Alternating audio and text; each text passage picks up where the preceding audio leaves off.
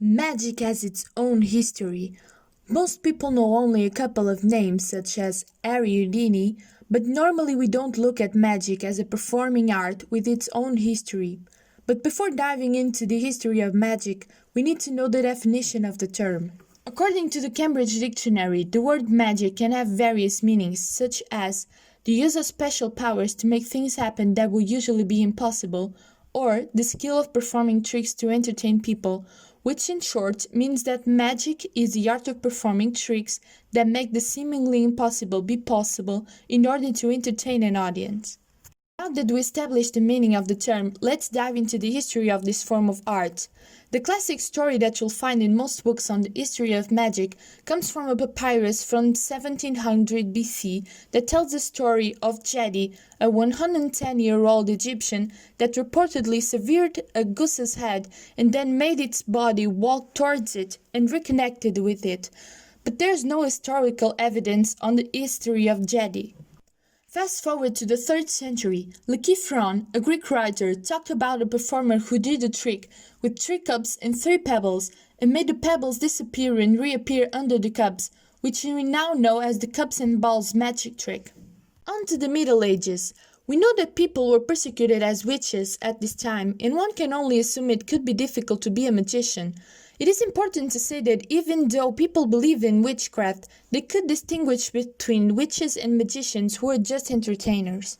If you are a magician in the Middle Ages and openly admitted that you'd be pulling a trick, no one would burn you.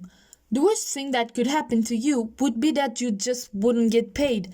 But there were some magicians who managed to prosper, for example Isaac Fox. 17th century magician William Benson performs for James, the King of England, with a stage name that will be remembered forever, Hocus Pocus. 18th century, time of change, René Descartes says, "I think therefore I am," and so begins the period of enlightenment, the time of reason and knowledge. Magicians who succeeded at this time were those who adapted their shows to the topic of the day and presented not just magic tricks, but scientific wonders, and incorporated demonstrations of magnetism and electricity in their shows. The 19th century gave us a name that most magicians in the world have heard, Jean Robert Houdin. He was a watchmaker, an inventor, and a skillful magician who performed in a small theater in the center of Paris. So the golden age of magic begins. Economy grows, the middle class starts to appear. People now have free leisure time and some extra money, so they could afford to go to the theater to be entertained. Show business starts to grow, and magic becomes as popular as never before. In 1862, John Henry Pepper presented what we now call the Pepper's Ghost, a technology that could make ghostly figures appear on the theater stage. In 1886, magician Boitier de Colta made a woman disappear on stage, and this illusion became known as a vanishing lady. Between 1895 and 1896, Georges Méliès, a French magician and cineast, got his hands on a cinema projector and explored the idea of a jump cut, and started creating his own short magical films, the first films with special effects.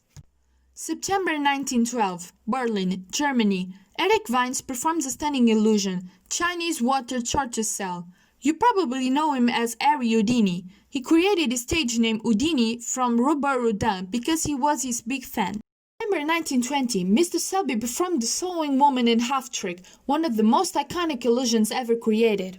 In 1984, David Copperfield made the Statue of Liberty disappear and then produced even more stunning life-skill illusions.